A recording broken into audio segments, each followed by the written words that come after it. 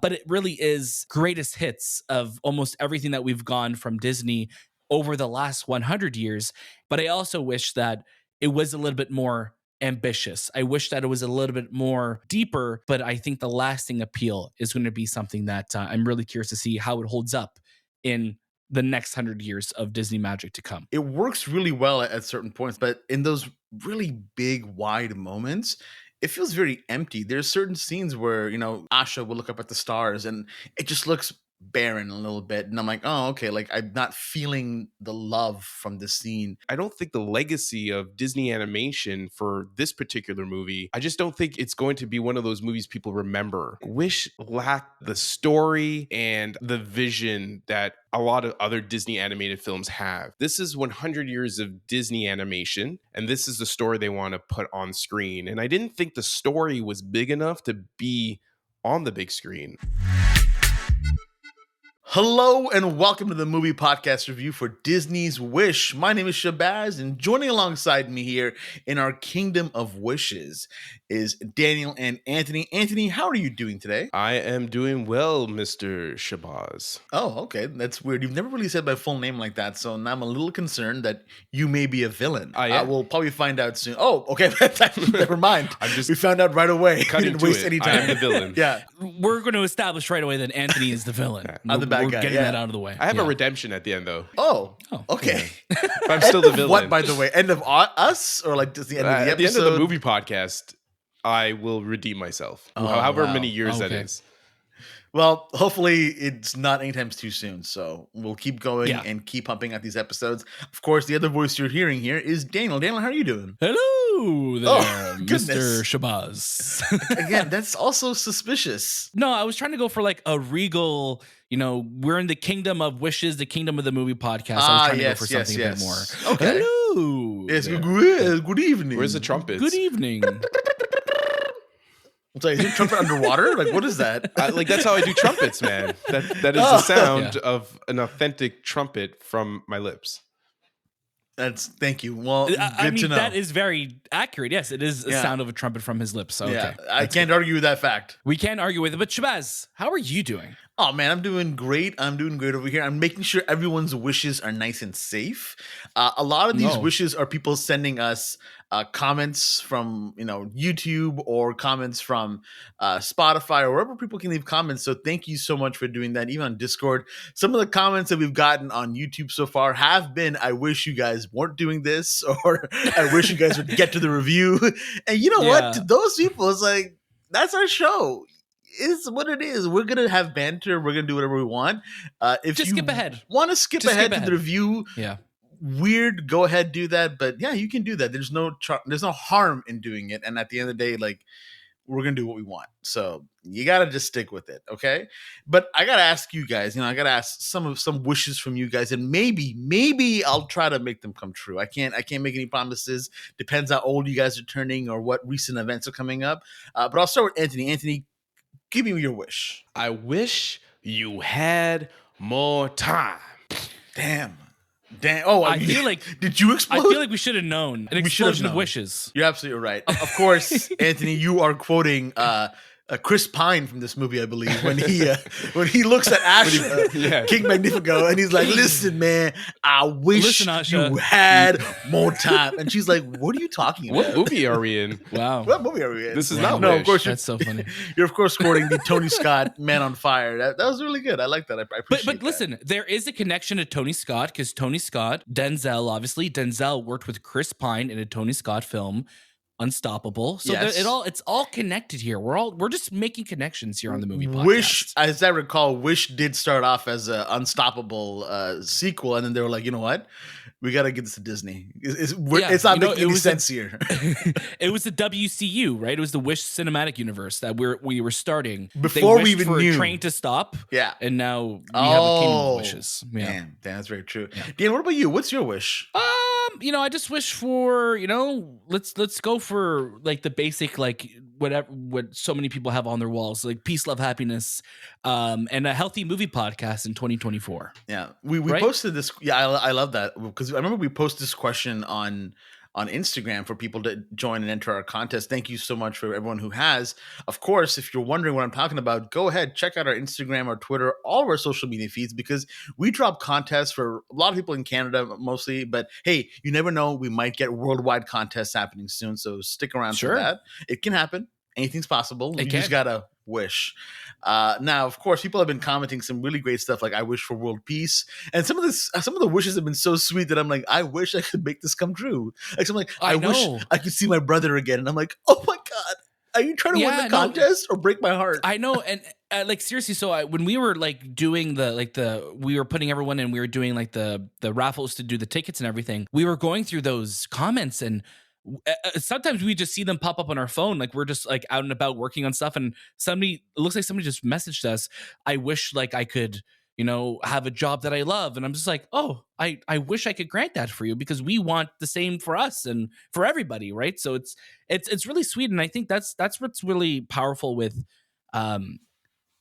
hope and wishing, and that Disney magic, is that like you have that feeling inside of you, that like that warmth. You're like, you know what, like I want to wish it. I want to manifest this. So for everyone who entered our contest and gave us their wishes, we do hope they come true. We do hope they come true. We're not holding them hostage at all. We have let the wishes go to the wish police, who will then take it to the wish doctor.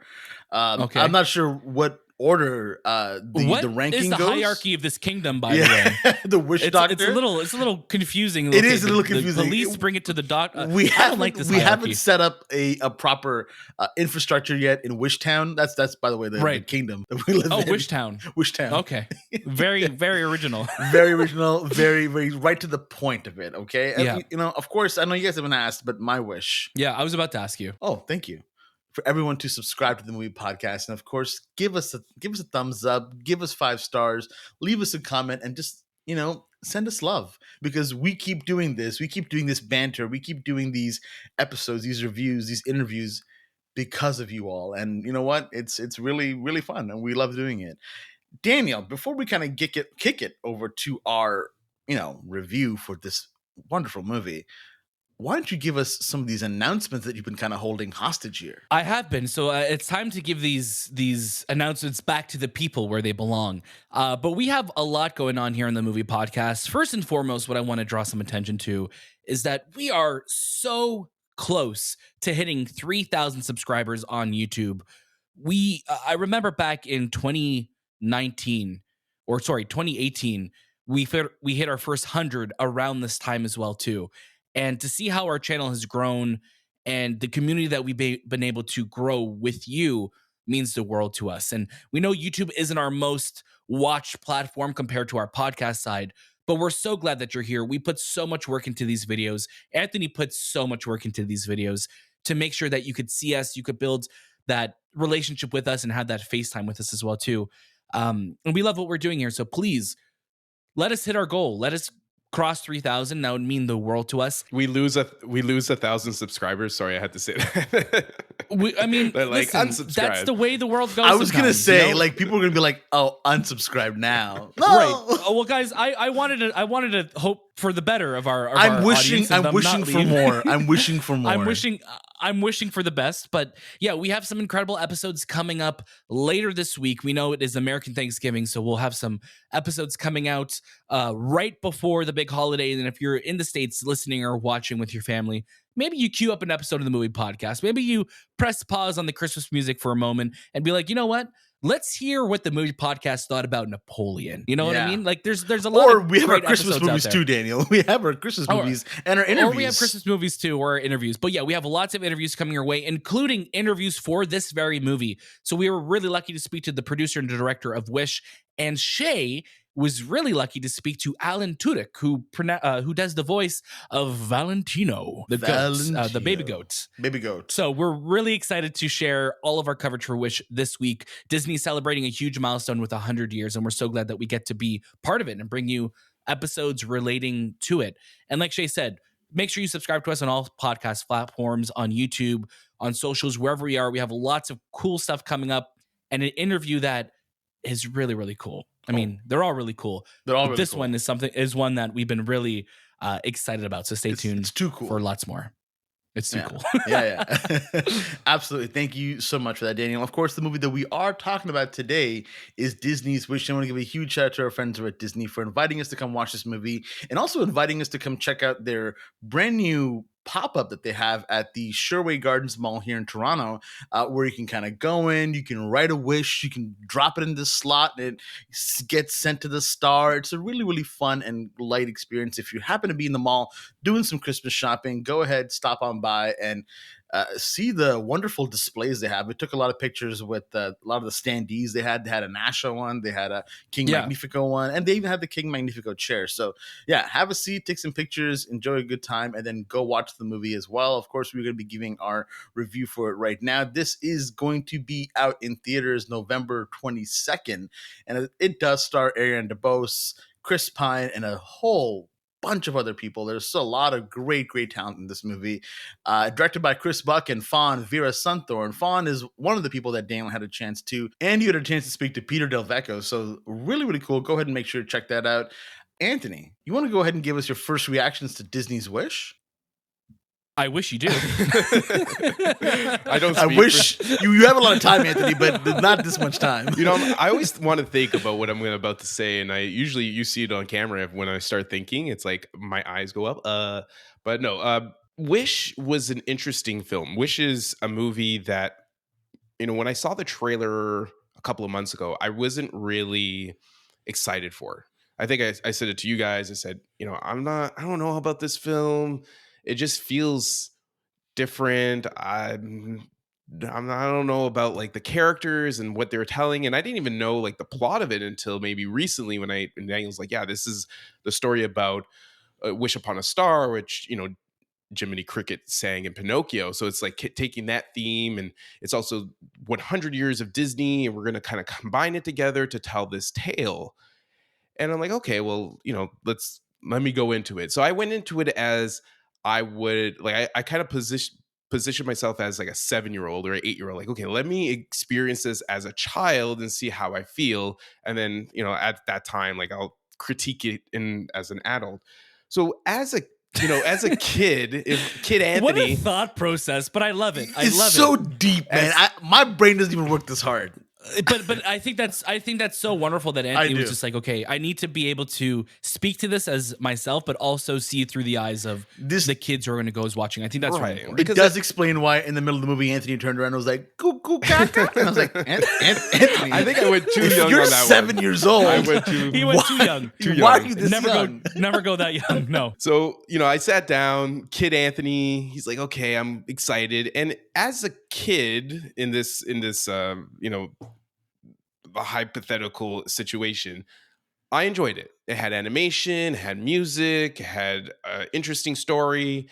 And I think if I was to just walk into this theater and watch it and leave, I would have a great time watching it. But now I transition back to adult Anthony, and I felt that this movie didn't have the vision that a lot of other Disney animated films have. I just feel like this is 100 years of Disney animation, and this is the story they want to put on screen. And I didn't think the story was big enough to be on the big screen. I really thought that it was pretty much a recycled version of what we've seen in the past. And it went really quickly, even though at times it felt long. I just felt like the plot, the characters, what was happening with these heroes and villains just felt really rushed. And I really didn't like the ending because I think they created a really cool character with Magnifico as like this amalgamation of different villains from the past. But I feel like they underdeveloped. He was underdeveloped because it was like when you're introduced to his character, he is so different than how he ends up. And we'll talk about him as we go. But like my first reaction as adult Anthony is I didn't really enjoy this movie as much as I thought I would. And I don't think the legacy of Disney animation for this particular movie, and I kind of like related to the Hunchback of Notre Dame, and there's a fan base for it, but I just don't think it's going to be one of those movies people remember a lot. Like they'll be like, "Oh, remember Wish?" And I just don't think you'll hear a lot of that conversation in 10 to 20 years. I think Frozen or Frozen 2 would be still that big one, especially with Disney animation or even Encanto, which was beautiful. I just felt like Wish lacked the story to drive it to be a very, memorable and celebration of 100 years of Disney. I just think there was something missing, and I felt it was really rushed. A lot of the points you bring up there, Anthony, I totally agree with. I think what Wish does really well is it tries to celebrate the 100 years of Disney animation, and sometimes it's very subtle and it's very beautiful that it's kind of happening in the background, and other times it's right in your face that you're kind of like, does this movie know that it's immediately riffing on something that occurred in the Disney, you know, legacy, or is it just trying to tell us that this is the origin of what this is? And there's some great performances. I think for me, at the end of the day, when you look at this movie and you're looking at it as a child, like you said, and also as an adult, like, can this movie be a beautiful marriage of both experiences, like so many other Disney movies have? Like Frozen is great for kids, but even adults really like it because the story adds a level and a layer of complexity that really kind of keeps you guessing as to what's going to happen, or really tugs at those emotional heartstrings and is well paced and well thought out.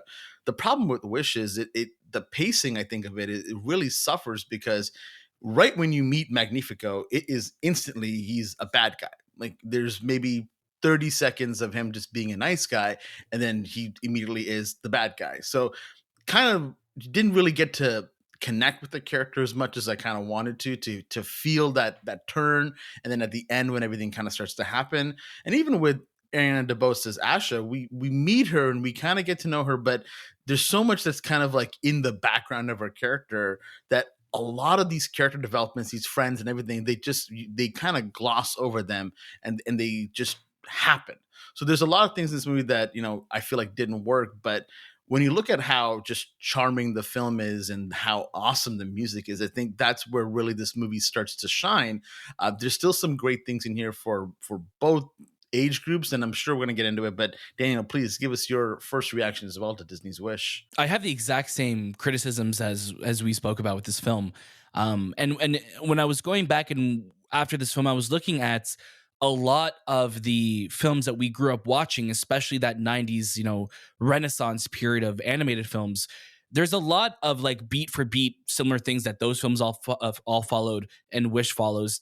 And I'm like, were the characters always like this, like just kind of there in the sense of like the side characters? And I'm like, yeah, that's typically what we've gone in Disney past. So I was thinking, I'm like, okay, is it something that I'm just so used to watching these films for the entirety of my life that I'm so connected to these characters that when I have a new one now being introduced to me as an adult, am I going to feel the same way about it? And I'm curious to see how this film is going to play with kids and grow and have its fan base from there, because so many kids have Disney Plus now and will have that lineage of Disney films all the way back to the very first Disney films in the 40s, right? But going to Wish itself, I think Magnifico is such a great character, but such an underdeveloped character. You're so right, because right as we meet him, like Shay was saying, he shows his cards, and everyone in the kingdom believes him to be a good guy. So it's interesting that he was so ready to show all his cards to Asha right away, because you almost wanted to see his fall from grace, maybe him being allured to the dark side to see that. And it's not a spoiler to say that he's the villain. We know he's the villain. Look at him on the poster. He has his hands like this with green magic coming out of them. But he's a great character, and I really do think Chris Pine does such a great job playing with him. I just wish that he got a little bit more to go a little bit more deeper with it, because it is such a fun film, and I had such a great time watching this. Wish is a breath of fresh air for Disney animation, and I think it just blends like innovation and imagination, and it's super enchanting. But I think with that being said, my biggest issues with it is that it just feels very simple. It's a very straightforward story, and not that there's anything wrong with that, but if you're looking for something that maybe will draw you in for more rewatches or to have more themes in it, these themes of Wish are very straightforward. You see exactly, who's the bad guy, who's the good guy. And I think in passing, one of the things that we've been seeing in a lot of films is that, oh, are they going to commit to having somebody be the bad person, or are they going to try and be redeemed at the end? And it's interesting to see, though, Magnifico is just a straight bad guy. He is the villain, and he is going to be the villain for this film. But where I think this film really shines is Ariana DeBose's Asha. I think her voice is great. She has been giving us such great performances in Schmigadoon, in West Side Story. She's always great. She has such an incredible voice, and I think she lends her voice so beautifully to this film. And the songs of Disney's Wish are really what I'm going to be remembering most. And when we did get to check out the Sherry Gardens installation and hearing the songs, so like I was singing along and I was having a good time with them. I think one of the other things that comes to mind, Shay, because you asked, like, does Wish know that it's and I feel like the movie knows, like, is it setting these, like, the grander Disney universe up as an origin story, or is it just more clever nods? Because some of the nods that they do are so, they're right in like, your duh. face. Like they're They're right like, in your yeah, like, face. this is this person, or Yeah. this is this event. And or in the trailers it felt more like this is like, oh, like this is own kind of its own thing. But I was right with Anthony too. Right at the when I first saw the trailer for Wish, I was like, you know what, I don't know how I feel about this animation. And then we saw back in August when we did our interviews with Fawn and the producer. It was we saw about 30 minutes of the film and we're like, oh wow, this looks beautiful.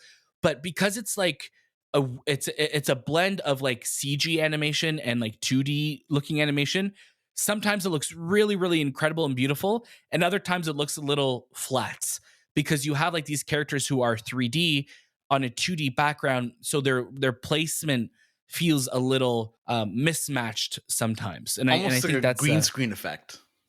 exactly. And it's interesting to think of that in an animated film. But and again, those are more the critiques that I think we're looking for. I think kids who are going to be watching Wish are going to have a great time with it.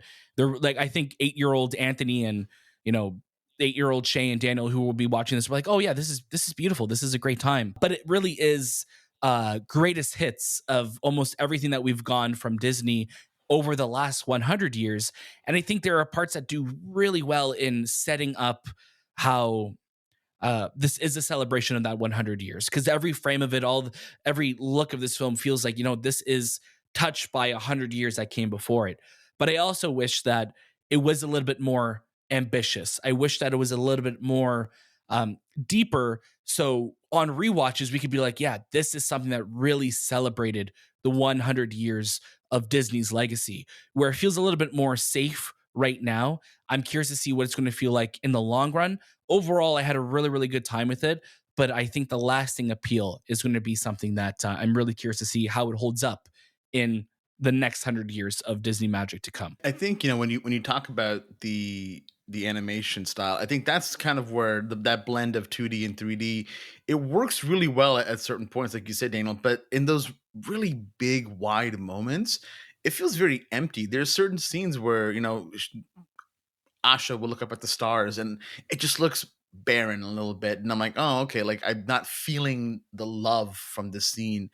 And I'm really glad that the music in this movie is a complete standout. Original songs by Julia Michaels and Benjamin Rice, they absolutely killed it. The music is so infectious. You really love listening to it.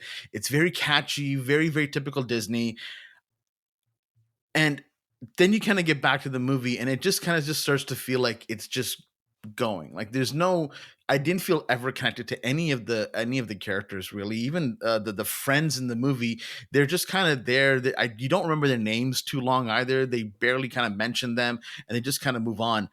I will say though that Alan Tudyk as Valentino, hilarious. I think he's so catch. I think he's such a cute character. I think a lot of kids are going to immediately gravitate towards him. They're going to be buying stuffed animals that have Valentino on them, dressed in different clothes or whatever you kind of have. I think he's going to be an absolute hit. Where I feel this movie kind of suffers again is it doesn't take any risks. It keeps it extremely safe. And when it does that, it never kind of leaves a lasting impression. Like really thinking back to this movie, I don't remember much from it other than the songs and how I felt during those times. So I am curious to see, like you said, Daniel, how this movie has an impact on Disney as a whole. I think kids are absolutely going to love it. I think a lot of people are going to love it. but I don't know if it's going to be that film that's going to be like Encanto for them, that really had just a surge on Disney Plus Yeah. and really took off, and people were Yeah, singing. it You don't really talk did about take off Bruno. on like that, and that's so funny because like Encanto was one of those films that it came out, it didn't light the world on fire, but when it came out on Disney Plus, it was like the We Don't Talk About Bruno is now bigger than Let It Yeah. Go. Like it is like Yeah. it is wild how much that song took off. So I'm curious to see. And it's funny that, you know, I think that's just something that we do now in the year of 2023. We listen to these songs and we're like, what's going to be the TikTok like moment from this? You know, and I think that's most likely something that a lot of studios think about. We're like, oh, what's going to be that viral moment that comes from this movie or that song that hits? And it's like, it's not the greatest thing to think of, but it's just like, that's just a natural thing It's a now of reality how we consume situation. content. Right. Yeah. But I will say, because you mentioned the Friends quickly, it was funny seeing the Friends like being, you know, representative of like the seven dwarves basically, right, with them being like her, like Asha's seven dwarves. And I really say quickly too, just to the diversity of it, and hearing names that you don't typically hear of in Disney films is really refreshing. And I think that's Yeah. really cool to see that it's just like, no, those are just her friends. Like this is normal. Like it's normal to have a diverse group, a friend group. So I think that's really cool to see reflected in a Disney animated film, because 100 years ago, that was definitely not the case. Even 20 years ago, that was not the case. Glad you bring that up, because yes, one of the things that I did love about this film was that level of representation. You know, this is clearly a kingdom of, what's it called, Rosalina or Rosas, the kingdom of Rosas. Rosas. Yeah. It has a lot of people from a lot of different places. Of course, these are all fake places, but they represent, you know, the Middle East, they represent Asia, they represent North America. It's this great blend in Europe. So I really love how they were able to do all of that and still keep this movie feeling like it's trying to push something forward. Again, it's just where the story is and where a lot of how the movie kind of plays out that it kind of lost it for me. But Anthony, sorry, I think you had something to say. I just wanted to bring up the music because I think if you're a fan of Lin-Manuel Miranda, it's going to be very similar to that. It has like that talky music vibe, and I even said it to you guys in this in the car. I'm like, yeah, Disney should make a music animation film, and you're like, yeah, but they're all music animation films. I'm like, but why did this feel more musical than like the natural progression of music in the animation? So I feel like this is the most musical, maybe Encanto similar, but the transition into these musical sequences just feel very musical compared to like Lion King, which just happens to naturally happen rather than we're going to go into a musical now because that's we're setting that self up. So it was just funny that my brain for some reason forgot that Disney animation movies are all musicals, but this movie really felt very much as a musical before it was an animated film. And that's that's so strange. I remember us talking about that because we were trying to break down what we were saying, and we're like, yeah, but Anthony, all of the 90s ones are basically musicals. But I think what Wish does, and I think it's one of those things that we see a lot more because it feels more like a stage musical where they start doing the singing where it's like almost like they're talking, or like Asha's like upset about something and she'll start whispering it to herself, and then it'll progress where you start to see like, oh, okay, we're going into a song now. Where you look at Lion King or Aladdin, it kind of felt like it just kicked right into a song. So like you see the writing a little bit more in Wish, where it's kind of leading you into it more, where sometimes it feels it doesn't feel as natural. Not that it's a bad thing. It just you notice it more. It feels more 100% musical, while watching like the film. very musical. Yeah. Like we're like, oh, this is because again, like you mentioned, Anthony, the songs are very Lin-Manuel Miranda like. And sorry, Daniel, I think that's what you were trying to reference, by the way, when you were saying Ariana DeBose. She was in Hamilton as well. That's probably Hamilton, what you were, right? Yeah. Okay. Yeah. So a lot of the music gets very, very similar to that. Like, I'm gonna talk about this in a sing-song voice, and then like you're getting exposition in the song as well. It's just the actual music, the compositions were really, really catchy, and I was really like, oh man, I can listen to this in my car. Like I'm really, really vibing with this. So I really enjoyed those parts of it. But yeah, is there anything else that you guys want to touch on before we kind of kick it over to our final recommendation? I think we're good. Yeah. Okay, sounds good. Yeah. I'm going to keep right over there. I'm going to start off with Anthony. Anthony, please give us your final recommendation for Disney's Wish. I recommend you add it to your queue. I just don't think this was the movie to celebrate 100 years of Disney animation. And it's sad to say because I feel like they spend a lot of time. Like I know like the work that a lot of these animators go through, it's beautiful. Like the animation is great, but I just feel like the color palette and what we were trying to show on screen just didn't. It was a huge disconnect for me, and the story as well was a huge disconnect for me. I felt like I think it was Daniel that you said is like the greatest hits of a lot of these Disney films trying to mesh themselves into this story, and it felt very, very rushed. I think they were better off making maybe a Fantasia style of movie where we are celebrating Disney's 100 years of all their animation, because we could have transitioned to 2D to 3D to musical to orchestra and like have that huge vision that Fantasia and even Fantasia 2000 brought to the screen. I just like in my head, I feel like Disney looked at that and said, you know what, that's not going to make the money that we want this movie to make. But I felt that when you go down this route, you're just appeasing we'll say the shareholders, because you think that these characters are going to become like Frozen characters. And in this case, they weren't. So, when I was watching it on the big screen, I'm like, man, that's a huge sequence, action packed musical sequence that you see it and you could feel the animation. It has bits and pieces, but not enough of it for me to be like, I need to see this on the big screen. I would have preferred to watch it on Disney Plus and go that route. But yeah, it sucks to say it's an added to your queue. I don't want to say skip it because I think a lot of kids will enjoy it, but as an adult, I'd probably say skip it. Yeah, thank you for that. And for myself, I would say add to your queue as well. I think there's some really great music in this movie, and when you watch it at home, you can go back and listen to the songs. And Disney Plus typically does release a sing-along version of these movies, so when that version of it comes out, definitely give it a listen. I don't think it's anything that's too groundbreaking for you that you have to go see it in theaters. Of course, this is coming around American Thanksgiving time, and a lot of people will be off. So if you want to go watch it in the theaters with your family, you're more than welcome to, and you probably will have a really great time. And if you do, join our Discord, let us know how that experience went. But I think for most people, it's safe to say you can watch this at home and have a really good time with it still. Daniel, please let us know what your final recommendation is as well for Disney's Wish. So yeah, I had a great time with it. I'd say if you have a family and you're looking for a great night out, go watch it in theaters. I think you'll have a great time with it. I also think it's a really cute date movie as well too. A character we didn't talk about in our review is Star, who I think steals so many scenes in this movie, who is just so funny and just without even talking has that just that comedic feeling to it. And it's funny because you confused the kingdom earlier, Shay, for Rosalina. And I'm like, yeah, Star is legit a Luma right out of Super Mario Galaxy. Even the sounds that it makes is very reminiscent to Mario Galaxy. But I had a great time with it. I think the musical numbers are really spectacular. Yes, it's very safe and it's not going to reinvent the wheel. And I think for 100 years, like Anthony said, it would have been really cool to have something that was a bit more of a retrospective.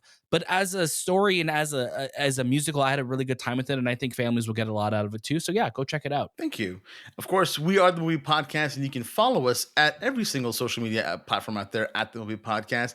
If you want to go ahead and subscribe to us on YouTube, leave us a thumbs up and a comment as well. We'd really, really appreciate that. Check it out on Spotify, where we have a Q&A, and we also have a nice little poll section where you can also vote on certain topics that we're kind of having, and we'd love to read those out and see how the results go on our main episodes.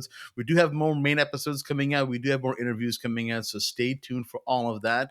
Again, that was This Time with the Movie Podcast, and we'll see you next.